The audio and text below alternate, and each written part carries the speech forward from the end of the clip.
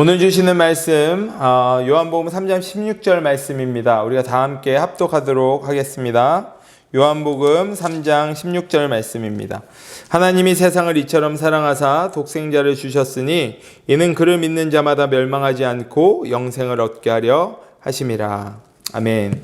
우리 함께 기도하시겠습니다. 거룩하신 주님, 거룩한 주일날 거룩한 하나님의 말씀을 들고 단위에 섰습니다. 이 말씀이 증거되어질 때 하나님의 영광만 드러나게 하시고 우리들에게는 하나님의 말씀으로 이 땅을 살아갈 새 힘을 얻을 수 있도록 축복하여 주시옵소서. 감사드리고 살아계신 예수님의 이름으로 기도합니다. 아멘. 할렐루야. 거룩한 주일 아침 하나님의 말씀을 나눌 수 있도록 기회를 허락하여 주신 하나님께 감사를 드립니다. 오늘은요, 어스틴 안디옥 교회 첫 번째 주일 예배입니다. 비록 코비드-19으로 인하여서 함께 모일 수 없고 특별히 교회 개척인데 코비드-19 때문에 많은 사람들을 만날 수가 없어서 이 자리에는 많은 사람들이 함께 예배하지는 못하지만 그래도 감사한 것은 온라인 시대에 이 하나님의 말씀을 전 세계에 있는 많은 사람들과 동시에 또 함께 나눌 수 있게 됐다라는 것, 이것은 하나님께서 우리에게 허락하여 주신 또 다른 은혜가 아닐까 생각을 해봅니다. 첫 번째 첫 말씀을 나눌 때 어떤 말씀을 나누어야 될까 참 많이 고민을 하면서 기도를 하였습니다. 새벽에 기도를 하고 있는 중에 주님께서 제게 허락하여 주신 주제들이 몇 가지가 있었어요. 그 중에 첫 번째가 왜 예수를 믿어야 하나 였습니다. 오늘은 왜 예수를 믿어야 하는가에 대한 첫 번째 시간으로 고통스러운 삶에서 벗어날 수 있는 유일한 길이라는 제목으로 여러분들과 함께 하나님의 말씀을 나누기를 원합니다. 먼저 좀 질문을 드리기를 원해요. 코비드-19 시대에 여러분들은 행복한 삶을 살고 계십니까? 시카고 대학 여론연구센터 NORC가 지난 6월 달에 공개한 설문조사 자료에 따르면요, 미국인들은 지난 반세기 동안 살아오면서 지금이 가장 어려운 시기를 살아가고 있다라고 대답을 했다고 합니다. 특별히 응답자들 가운데는요, 지금 매우 행복한 삶을 살고 있다라는 응답이 14% 정도가 나왔다고 하는데요. 2년 전 2018년도에 이 조사한 결과보다 한 50%가 더 못 미치는, 그러니까 절반도 못 미치는 수치라고 했다고 합니다. 그러니까 2년 전에는 한 30몇 % 정도 되었던 것 같습니다. 반면에 최근 간혹 고립감을 느낀다라고 대답한 사람들이 몇 %였냐면요, 50%가 넘는다라고 합니다. 2년 전에도 이런 느낌을 가진 사람들이 있었는데요. 그때보다 2020년도 지금 6월 달에 2배가 더 넘는 사람들이 그런 동일한 마음을 가진다라고 고백을 했다고 합니다. 이 설문조사에 응했다라고 합니다. 그런데요, 3개월이 더 지났잖아요. 지금 9월 달입니다. 이 3개월 동안 코비드-19이 사라지지 않고 코로나 바이러스가 점점 확산되어지는 가운데 이렇게 우울하고 힘들고 고통 가운데 있는 사람들이 더욱더 많아지면 많아졌지 줄어들지는 않았을 것 같습니다. 여러분들의 삶은 어떻습니까? 괜찮으십니까? 그런데 여러분, 코비드-19만이 이런 삶의 고통을 가져다 주는 것은 아닐 것입니다. 대한민국의 성인 남녀에게 현실에 대한 설문조사를 했었는데요. 그 중에 60.2%가 이제 나는 더 이상 이 대한민국에서 살길 원하지 않고 해외로 이민 가고 싶다라고 대답을 했다고 합니다. 그 원인이 무엇이었냐면 삶의 여유가 없어서라고 대답을 했답니다. 자신의 삶에 만족하지 못하는 시대를 살아가고 있고 이 삶을, 이 대한민국에서 이 삶을 계속해서 지속하다가는 내가 도저히 못 살 것 같다라는 생각 때문에 이민을 가고 싶다라는 이야기를 했고요. 또 어떤 사람들은 이렇게 사는 인생을 지옥과 같은 인생이다라고 표현을 한 사람들도 있다고 합니다. 그런데 왜 이렇게 많은 사람들이 자신의 삶에 만족을 못하고 지옥과 같은 삶을 살고 있다, 힘들다, 어렵다, 떠나고 싶다와 같은 말들을 입에 붙이면서 살아가고 있을까요? 그것은 이 세상이 고통과 악으로 가득 찼기 때문입니다. 우리가 그렇게 살고 싶지 않아도 이 세상이 고통과 악으로 가득 차 있기 때문에 그 세상 속에서 살아가는 우리들은 그 영향을 받아서 똑같은 삶을 살아갈 수밖에 없다라는 것이에요. 그럼 왜 이 세상이 고통과 악으로 가득 차게 되었을까요? 왜 세상이 이렇게 되어서 내 인생에도 안 좋은 영향만 미치고 나는 행복해지고 싶지만 왜 우리의 삶을 자꾸 힘들게 어렵게만 끌어갈까요? 우리가 이 이유를 알면 이 지옥 같은 우리의 삶, 고통과 또 아픔과 절망 속에서 있는 우리의 삶을 더 이상 똑같이 살지 않아도 된다라는 것입니다. 오늘 우리는 말씀을 통하여서 이 이유를 알아보게 될 것입니다. 바라기는 오늘 이 이유들을 깨닫고 발견하고 제대로 알아서 내 삶의 고통의 원인들이 무엇인지를 다시 한번 확인하고 난 이후에 완전히 뿌리 뽑아서 달라진 삶으로 고통 속에서 벗어나는 삶을 살아가는 첫걸음이 되시기를 주님의 이름으로 축원합니다. 이 이유를 알기 위해서는요, 우리가 먼저 좀 알아야 될 것들이 있습니다. 먼저는 우리의 존재에 대해서 알아야 할 것입니다. 사람이 어떻게 생겼을까요? 물론 부모님을 통해서 우리는 태어났습니다. 하지만 제가 질문 드리는 것은 첫 번째 사람이 어떻게 존재하게 되었을까라는 질문입니다. 창세기 1장 27절, 28절 앞부분만 좀 함께 읽어보도록 하겠습니다. 하나님이 자기 형상, 곧 하나님의 형상대로 사람을 창조하시되 남자와 여자를 창조하시고, 처음 사람은 하나님이 창조하셨다라고 말씀하고 있습니다. 사람이 우연히 생겨난 것이 아니다라는 말이죠. 하나님으로부터 지음받은 존재라고 분명히 말씀에는 기록되어져 있습니다. 창세기 1장 1절에는요. 태초에 하나님이 천지를 창조하셨다라고 기록을 하고 있는데요. 이것이 무슨 말씀이냐면 하나님께서 이 온 세상을 창조하시는데 하나님의 계획 가운데 완벽한 모습으로 창조하셨다라는 것이에요. 그런데 그 창조의 내용 중에 우리의 마지막 날 인간을 창조하시는데 인간도 그 완벽한 계획 가운데 들어있기 때문에 완벽한 모습으로 창조를 하였다라는 뜻이 되는 것이죠. 그래서 인간은 하나님 앞에 지음을 받았을 때 처음부터 완벽한 인간으로 완벽한 하나님의 계획 가운데 창조된 피조물이다 라고 이야기를 할 수가 있는 것입니다. 그런데 이 피조물들의 삶은 어떤 삶이냐면 창조자에 의하여서 살아가게 되는 삶입니다. 다른 말로 이야기를 하면요, 하나님만 전적으로 의지하면서 살아가는 삶이라는 것이에요. 생각해 보십시오. 하늘과 땅과 자연의 모든 만물들, 심지어 동물들까지도요, 하나님의 섭리 가운데 살아가는 것입니다. 그들이 스스로 뭔가를 하면서 생각을 하면서 살아갈 수는 없다라는 것이에요. 원래 인간들도 이런 하나님의 섭리 가운데 살아가야 되는 존재들이었습니다. 그런데 문제가 생겼습니다.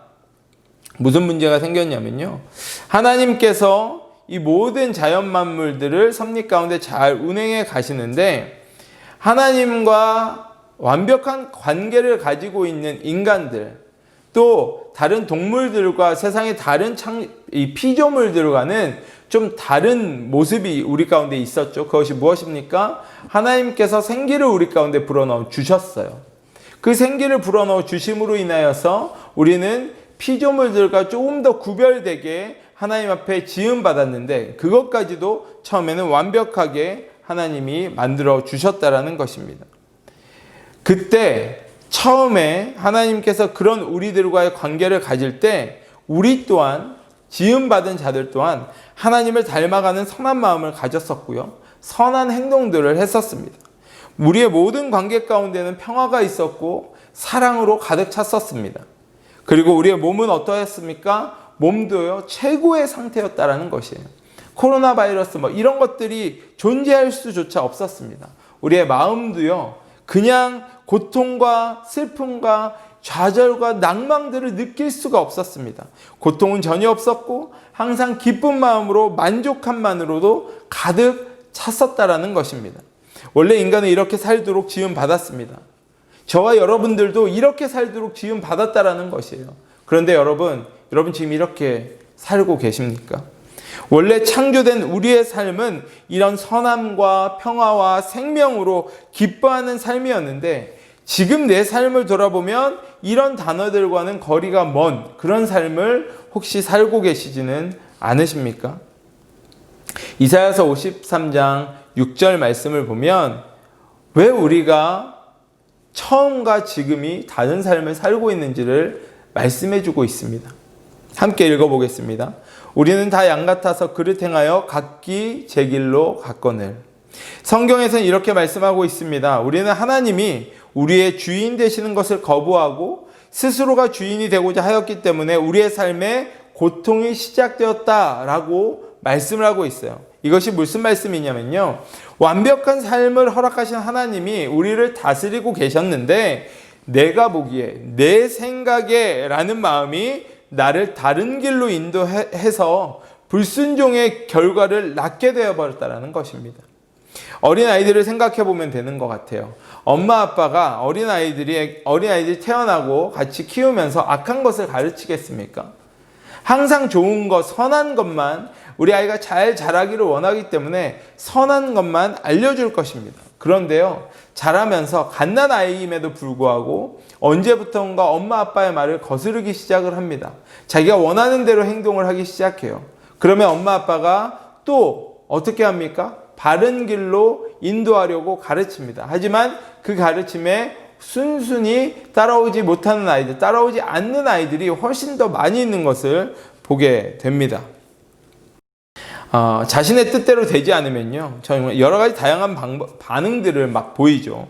그래서 엄마 아빠가 정말 많은 노력과 수고로 가르쳐 보지만 대부분의 아이들은 신기하게도 그 가르침과는 정반대되는 길, 정말 이 죄악으로 가득 찬 그런 모습들을 보이게 된다는 것입니다. 이처럼 우리 인간들은요, 하나님과의 관계에 있어서도 내가 스스로 원하고 바라는, 즉 내가 주인된 삶을 살기를 원하였기 때문에 우리 스스로 하나님과의 관계를 단절시켜 버린 것입니다. 그렇다면 내 생각대로 살기 위해서 하나님과의 관계를 단절시켰는데, 그러면 우리의 인생이 좋고 편안한 삶을 살 수 있어야 되잖아요. 그렇게 살았어야 되잖아요. 그런데 결과는 그렇지 않습니다. 하나님과의 관계는 원래부터 완벽한 관계였는데 그 관계를 단절하고 나니까 이제는 어디로 갑니까? 하나님이 없는 세상 속으로 들어가기 시작을 합니다. 이것을 성경 갈라디아서 5장 17절에서는요, 육체의 소욕으로 살아가는 사람들이라고 이야기를 합니다. 그럼 어떤 사람들이 육체의 소욕대로 살아가는 사람들일까요? 쉬운 예를 들어보겠습니다. 우리는 이 운동을 하면 몸이 건강해진다는 것을 알고 있죠. 건강한 음식을 먹으면 몸이 건강해진다는 것을 알고 있습니다. 그런데 운동을 잘 하십니까? 운동을 잘 안 하게 되는 것이에요. 건강한 음식만 먹으면 우리가 몸이 건강해질 수 있는데 건강한 음식만 먹지는 않습니다. 왜 그렇습니까? 운동을 하면 힘들다는 걸 알고 있어요. 건강한 음식만 먹으면 맛이 없다라는 것을 알고 있습니다. 그렇기 때문에 알면서도 이걸 하면 건강해진다는 것을 알면서도 하지 않는 것이에요. 결단을 하기도 합니다. 하지만 그 결단이 오래가지는 못하죠. 학생들의 예를 좀 들어보겠습니다. 학생들은 어떻습니까? 학생들은 공부를 해야 된다는 것 당연히 알고 있겠죠. 본인의 본분이 공부를 해야 되는 것이라고 알고 있을 것입니다. 그리고 공부를 함으로 인해서 어떤 결과가 올 것이다라는 것도 예측을 할 수가 있을 것이에요. 그렇다고 아이들이 열심으로 공부를 합니까? 아니잖아요. 그 아이들에게 자유의 시간을 주면 스스로 알아서 공부를 하는 것이 아니라 자유의 시간을 주면 본인들이 생각하기에 지금 공부보다는 이런 인터넷이나 게임이나 하는 것들이 본인들에게는 더 즐겁고 더 재미있기 때문에 그쪽으로 계속해서 나아가는 것이에요.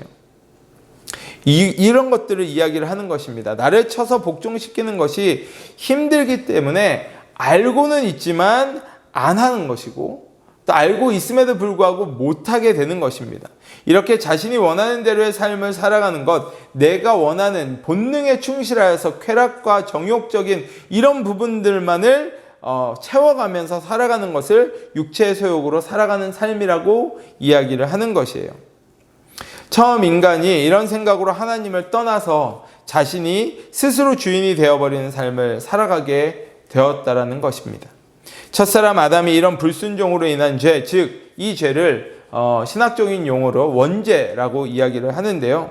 이런 이 원죄라는 것을 통하여서 인간이 본성적으로 죄를 가지고 태어나게 되었다는 것입니다. 그래서 인간을 죄인이라고 이야기를 하는 것이에요.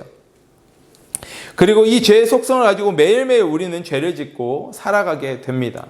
이것을 성경은 자범죄 또는 허물이라고 이야기를 해요.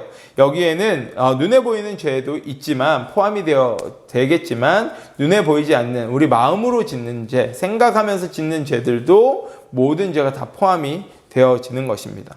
이로 인하여서 로마서 3장 23절에는 뭐라고 쓰여져 있냐면요, 모든 사람이 죄를 범하였음에 라고 하고 있고요, 로마서 3장 10절에는 의인이 없나니 한 사람도 없다. 무슨 말입니까? 모든 이 불순종의 결과로 죄가 들어와서 모든 사람들이 다 죄인이다 라는 것이에요. 이 죄로 인해서 우리 모두는 하나님의 진노를 샀고요, 저주 아래에 놓이게 되었습니다. 그 결과 우리는 하나님의 나라에서 쫓겨나게 되었고 하나님과의 교제가 완전히 단절되어 버렸다는 것입니다. 하나님과의 교제가 끊어지니까 그분이 원하시는 삶과는 전혀 다른 삶을 살아갈 수밖에 없습니다. 이제는 하나님이 뭘 원하시는지조차도 모르기 때문에 그래요. 그래서 우리는 우리 자신의 힘과 노력으로 영원히 행복한 삶을 좀 살아보자, 완벽한 삶을 하나님 없어도 살 수 있다라고 생각하면서 여러 가지 계획들을 하며 살아갑니다. 그래서 인간은 스스로의 행복을 위하여서 무엇을 합니까? 돈을 벌죠. 돈을 벌고 또 행복을 위하여서 차를 사고 큰 집도 사고 또 자녀들도 잘 키우려고 합니다. 그러나 인간이 결코 자신의 힘으로 이 행복을 성취할 수가 없는 것이에요. 모든 계획을 잘 세워보지만 삶이 어떻습니까? 그 계획대로 잘 진행됩니까? 행복과 기쁨을 위해 계획을 세우지 슬픔과 고통을 위해서 계획을 세워가는 사람들은 아마 아무도 없을 것입니다. 그런데 오히려 삶은 나의 계획대로 살아가지는 것이 아니고 슬픔과 고통으로 인해서 괴로워질 때가 더 많이 있다라는 것, 저와 여러분들이 매번 경험하고 있는 것 아니겠습니까? 나의 의도와는 다른 삶으로 살아가게 되는 것 같습니다. 왜 그럴까요? 환경이 힘들어서 슬프고 고통스러운 것이 아니라 슬픔을 극복할 수 있는 생명이 없기 때문입니다. 고통을 이기면서 극복하면서 살아갈 수 있는 힘이 없기 때문에 그런 것이라는 말씀이에요. 사람과의 관계를 통하여서 행복을 추구해 보려고 노력을 하지만 동시에 그 관계를 통하여서 분노와 증오와 미움으로 인하여서 끊임없이 괴로워지게 되는 것이죠. 우리는 참된 평안과 안식을 원합니다. 그렇죠? 하지만 내 주변의 여러 가지 상황을 통하여서 불안함과 우울한 마음들이 계속해서 우리를 괴롭히고 있는 것이에요. 정말 매일매일 똑같은 삶을 살아가면서도 손가락 하나에 뭐가 났으면 그것으로 인하여서 이게 왜 이렇게 일어났지? 내 몸에 뭔가 이상이 있으면 내 몸이 왜 이렇지? 걱정과 불안과 점점 더 나아가서는 우울함으로 우리가 가득 채워지는 것이에요. 왜 그럴까요? 그 이유는 우리 모두가 생명의 근원이신 하나님과 완전히 분리되었기 때문에 그렇다라고 말씀은 이야기하고 있는 것이에요. 성경은 이것을 죄의 상태라고 이야기를 하고요. 로마서 6장 23절은 죄의 싹은 사망이다. 즉, 그 죄의 상태가 계속해서 이어져 죄의 결과는 무엇이냐면 사망이다 라고 선포를 하는 것입니다. 그리고 이러한 죽음의 상태는요, 우리의 육신의 생을 마감하게 될 때 천국과 지옥에서 지옥으로 이어지게 만들어버립니다. 이렇게 우리는 하나님과의 관계를 스스로 멀리하고 단절시켜서 이런 결과를 낳게 되었는데요. 그런데 신기한 것은 하나님과의 관계를 우리가 스스로 끊어놓고는 또 우리는 신을 계속해서 찾는 본성이 있습니다. 왜냐면요, 하나님께서, 제가 서두에 말씀드렸죠. 하나님께서 인간을 창조하실 때 다른 피조물들과는 좀 다르게 구별되어서 인간을 창조하셨다라고 이야기를 했어요. 그것이 무엇이었냐면 생기를 우리 가운데 허락하여 주셨다라는 것이에요. 그것으로 인하여서 여러 가지 방법으로 우리가 영적인 존재가 되었는데 그것으로 인하여서 여러 가지 방법으로 끊임없이 신을, 이 영적인 존재이기 때문에 신을 찾고 갈구하고 하나님이라는 존재를 찾고자 노력을 했다라는 것입니다. 옛날 어르신들 생각을 해보면 저도 들은 이야기지만 정한수 떠놓고 새벽에 몇 시간씩 손을 빌면서 누군가 모르는 신에게 기도했다라는 이야기 제가 한국에 있을 때도 많이 들었던 이야기고, 뭐 다른 나라들도 각자 그런 정령신들이 있기 때문에 그 신들을 찾아서 나섰던 것들, 뭐 돌 무더기를 가지고 그 앞에서 절하는 것들, 여러 가지 많은 것들이 있지 않습니까? 그런 신들을 찾는 존재가 우리들이라는 것이에요. 참 아이러니하지 않습니까? 그런데 이런 마음들을 어떤 마음이라고 하냐면 영원을 사모하는 마음이라고 이야기할 수가 있어요. 그리고 인간의 죄의 문제를 해결하고자 여러 가지 노력도 인간들이 스스로 많이 해봅니다. 이 모든 것이 인간이 구별된 영적인 존재이기 때문에 이런 일들을 하고 있는 것이에요. 그래서 어떤 사람들은 지식적으로 하나님을 찾아보죠. 하지만 아무리 지식을 쌓고 또 쌓아도 내가 누군지조차도 잘 모르고요. 내일 일도 모르고 어디로 가야 할지도 모르는 것이 우리들의 쌓은 지식입니다. 또 어떤 사람은 종교로 절대자에게 가까이 가보려고 합니다. 하지만 이미 우리는 죄악으로 인하여서 불순종으로 인하여서 불완전한 존재가 되어버렸기 때문에 우리가 스스로 하나님과의 관계를 회복할 수 있는 길은 없습니다. 또 어떤 사람은 쾌락을 마음껏 누리면 행복해질 수 있지 않을까라는 생각을 해보지만 쾌락으로 인하여서 중독과 페인이 열매로 나타나게 된다는 것 여러분들 알고 계시지 않습니까? 사랑하는 여러분, 참 신기합니다. 사도행전 4장 12절 말씀에는요 이렇게 기록이 되어져 있습니다. 다 같이 한번 읽어보도록 하겠습니다. 다른 이로서는 구원을 받을 수 없나니 천하 사람 중에 구원을 받을 만한 다른 이름을 우리에게 주신 일이 없음이라. 아멘. 인간들은 예수가 아닌 다른 많은 것들로 구원을 받기 위하여서 참 많이 노력을 합니다. 결국 인간의 어떤 노력과 방법에 의해서도 우리는 하나님과의 관계를 회복하지는 못합니다. 참 신기합니다. 분명히 말씀에는 예수 그리스도 외에는 다른 방법으로 구원을 받을 수 없다라고 이야기를 하고 있지만 구원을 받고 싶고 신을 찾고 싶은 많은 인간들은 이 말씀을 믿지 않고 계속 다른 것으로 찾아서 나아간다라는 것. 이것이 참 신기한 일이 아닐까 생각을 해봅니다. 요한복음 3장 16절 우리가 다시 한번 읽어보면 좋겠습니다. 하나님이 세상을 이처럼 사랑하사 독생자를 주셨으니 이는 그를 믿는 자마다 멸망하지 않고 영생을 얻게 하려 하심이라. 사랑하는 여러분, 절망 가운데 하나님을 아무리 찾고자 노력하지만 인간의 노력으로 더 이상 하나님을 만날 수도 없고 찾을 수 없을 때 그때 하나님의 은혜가 우리 가운데 임하신다라는 것, 우리가 기억해야 될 것입니다. 우리의 노력과 열심에도 여전히 죄의 문제로 인하여서 고통과 아픔과 슬픔과 좌절과 낭망의 삶의 연속인 우리 소망 없는 우리들이었는데 하나님은 이런 우리들을 사랑하여 주셔서 하나님의 유일한 아들 독생자 예수 그리스도를 이 땅 가운데 보내주셨다라고 오늘 말씀은 기록하고 있습니다. 인간은 이미 죄로 물들었기 때문에 스스로 해결할 수 없는 죄의 문제를 완전히 해결해 주시기 위해서 하나님이 친히 그 아들을 보내주셨다라는 것입니다. 요한복음 14장 6절을 우리가 한번 같이 읽어보도록 하겠습니다. 예수께서 이르시되 내가 곧 길이요 진리요 생명이니 나로 말미암지 않고는 아버지께로 올 자가 없느니라.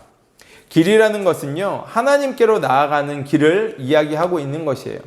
그리고 진리라는 것은요 인간이 해결하지 못하는 모든 문제들의 해답을 이야기하고 있는 것입니다.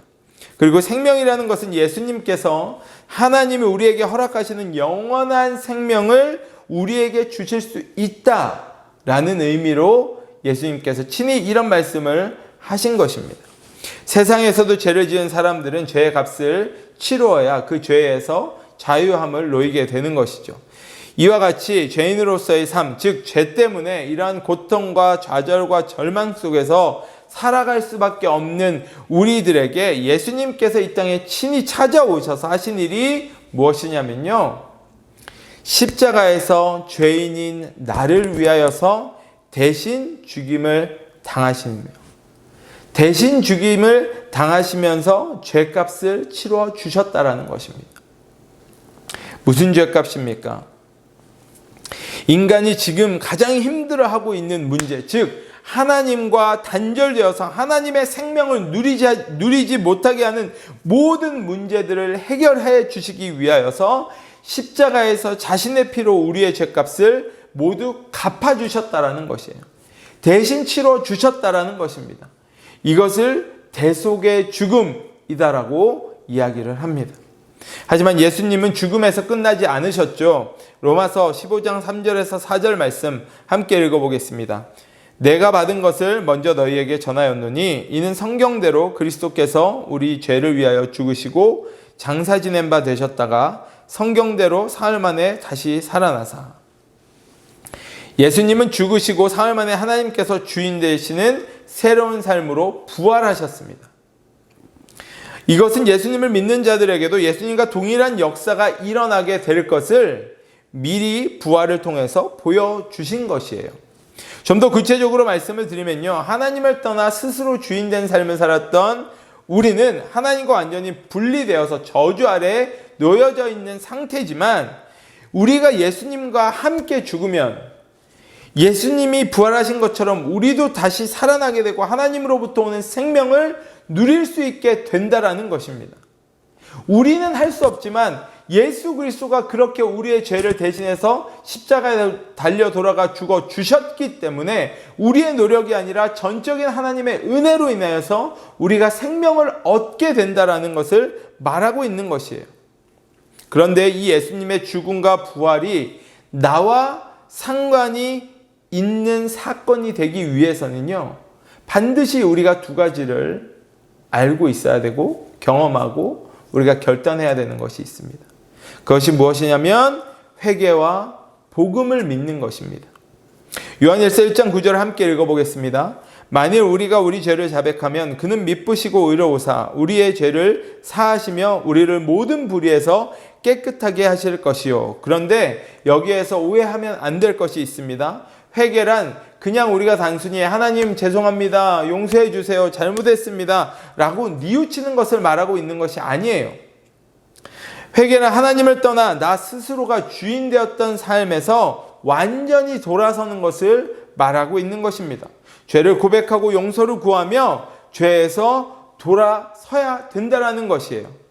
죄를 단절시키는 것, 우리가 하나님과 관계를 단절시켰던 것처럼 죄를 완전히 단절시키고, 즉 죄된 삶을 더 이상 살지 않고 하나님의 길로 걸어 들어가는 것, 이것이 회개라고 이야기하는 것입니다. 그리고 요한복음 1장 12절을 함께 읽겠습니다. 영접하는 자, 곧 그 이름을 믿는 자들에게는 하나님의 자녀가 되는 권세를 주셨으니.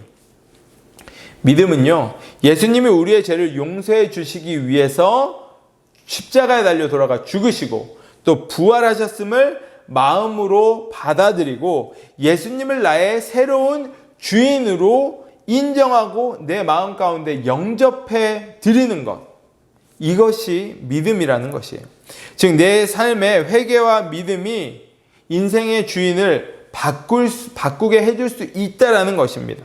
내 삶의 최종 주권을 예수 그리스도 그분께 넘겨드리고 나의 삶의 보좌 위에 예수님을 앉히는 것, 그리고 나는 예수님의 종이 되어서 예수님을 왕으로 섬기며 따르고 살아가는 것, 더 이상 내 인생의 주인이 내가 아니고 주님이 내 인생의 주인이시기 때문에 주님이 말씀하여 주시는 대로, 인도하여 주시는 대로 나도 살아가겠습니다 라는 이 지식적인 동의를 뛰어넘어서 우리의 인생을 건 선택이며 결단이 필요하다라는 것이에요.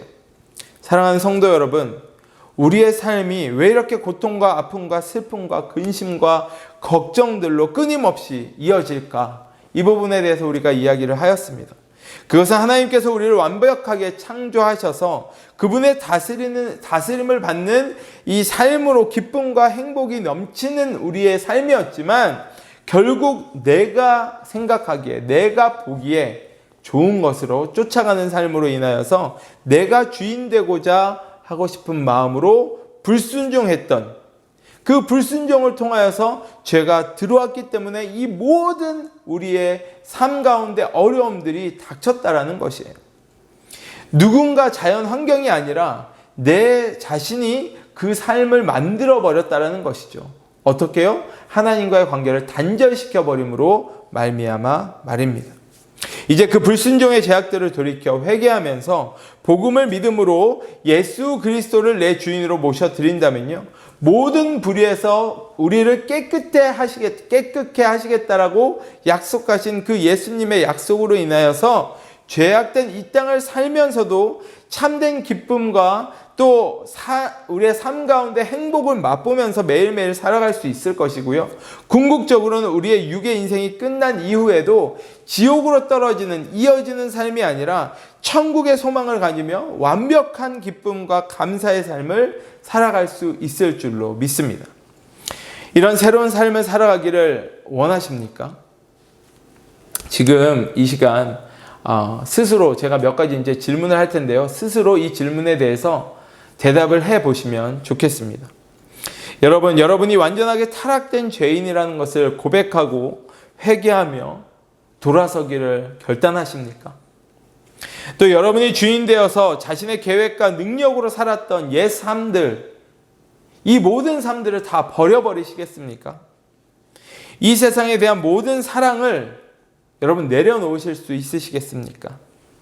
예수님을 나 자신의 새로운 주인으로 영접하시겠습니까? 예수님께 순종하여 하나님만을 위한 삶, 여러분의 인생을 하나님께 드리며 살아가시겠습니까? 이 결단을 하신 분들은 지금 계신 그곳 가운데서 이렇게 두 손을 좀 높이 들면서 저를 따라서 함께 기도해 주시면 좋겠습니다. 기도문이 나갈 텐데요. 두 손을 높이 든 상태에서 우리가 이 기도문, 제가 함께 기도할 때 여러분들도 함께 스크린에 나와 있는 이 기도문을 함께 읽고 기도하고 선포하시기를 바랍니다. 하나님, 이제까지 제 자신이 삶의 주인이 되어 제 자신의 영광과 저의 육신이 원하는 것을 따라 살아왔습니다. 이로 인해 하나님의 생명과 멀어졌고 지옥에 갈 수밖에 없는 죄인임을 깨닫고 이제 예수님을 나의 유일한 구세주요 내 인생의 주님으로 영접하기를 원합니다. 저의 삶의 보좌에 오셔서 저를 다스려 주십시오. 저의 삶을 주님께 맡깁니다. 주님이 이제부터 저를 책임져 주십시오. 예수님의 이름으로 기도드립니다. 아멘.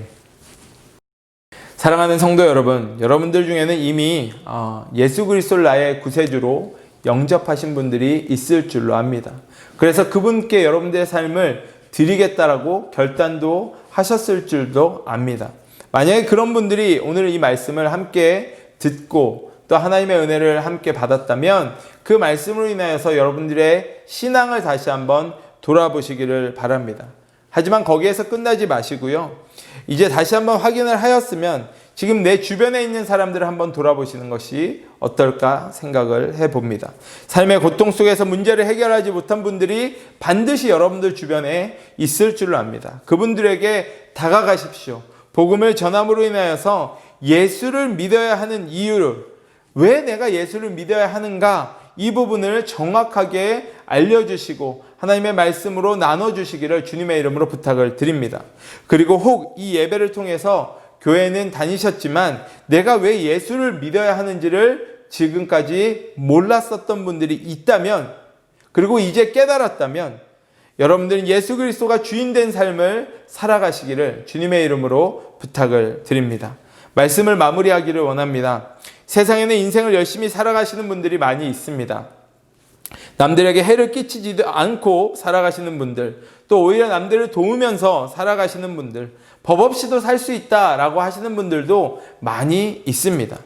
그런데 그럼에도 불구하고 여전히 우리들의 삶에는 해결할 수 없는 고통과 아픔과 슬픔과 걱정이 끊이지를 않습니다. 그 이유가 무엇이었습니까? 죄로 인하여서 하나님과 단절되었기 때문에 그렇습니다. 우리 스스로 하나님과 다시 관계를 회복해 보기를 원하지만 우리 스스로는 그 관계를 회복할 수 없기 때문에 그렇습니다. 오늘 이 문제의 원인을 알았습니다. 그리고 주님의 말씀으로 해결 방법도 알게 되었습니다. 예수 그리스도를 영접함으로 내 인생이 어떻게 달라질지를 여러분들 기대하시고 말씀과 기도로 성령의 충만한 삶을 직접 체험하여서 이전에 한 번도 느껴보지 못한 기쁨으로 온전히 회복하시는 저와 여러분들의 삶이 되시기를 주님의 이름으로 축원합니다. 네, 이 시간 우리가 결단하며 하나님 앞에 찬양하며 좀 나아가는 시간을 가지기를 원합니다. 우리가 이 찬양을 통하여서 여러분들 하나님 앞에 여러분들의 마음을 정말 결단하시고, 기도하실 분들은 기도하시고 찬양을 함께 하시면서 하나님 앞에 결단하고 선포하실 분들은 함께 하시고 하나님 앞으로 온전히 나아가는 시간을 갖도록 하겠습니다. 함께 찬양하겠습니다.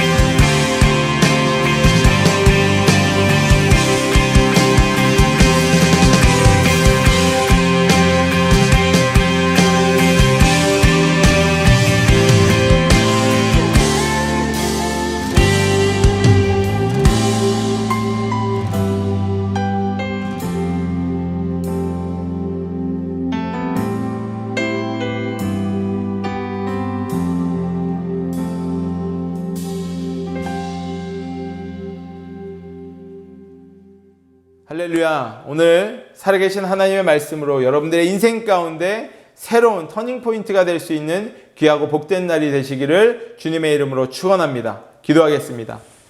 지금은 우리 구주 예수 그리스도의 은혜와 하나님 아버지의 크신 사랑하심과 성령님의 감화 감동 충만 인도하시는 은총이 주님, 내가 내 스스로를 하나님과 단절시켜 가면서 행복을 추구하며 살아왔던 삶, 하지만 행복을 추구하며 살아왔지만 내 인생 가운데는 슬픔과 고통과 아픔만 있었을 뿐 진정한 행복을 느끼지 못하였었는데 오늘 예수 그리스도를 마음에 영접함으로 말미암아 이제 내 인생이 내 것이 아니라 내 안에 예수 그리스도가 내 인생의 주인이 되셔서 참된 기쁨과 완벽하게 창조된 나의 처음의 모습들이 회복되어져서 매일매일을 승리하며 살아가겠습니다. 결단하고 작정하는 하나님의 백성들 머리머리 위에 지금으로부터 영원토록 함께 하시기를 간절히 축원하옵나이다. 아멘. 한 주간도 승리하시고요. 또 다음 주에 우리 함께 하나님을 예배하며 하나님을 찬양하는 시간 갖도록 하겠습니다. 할렐루야.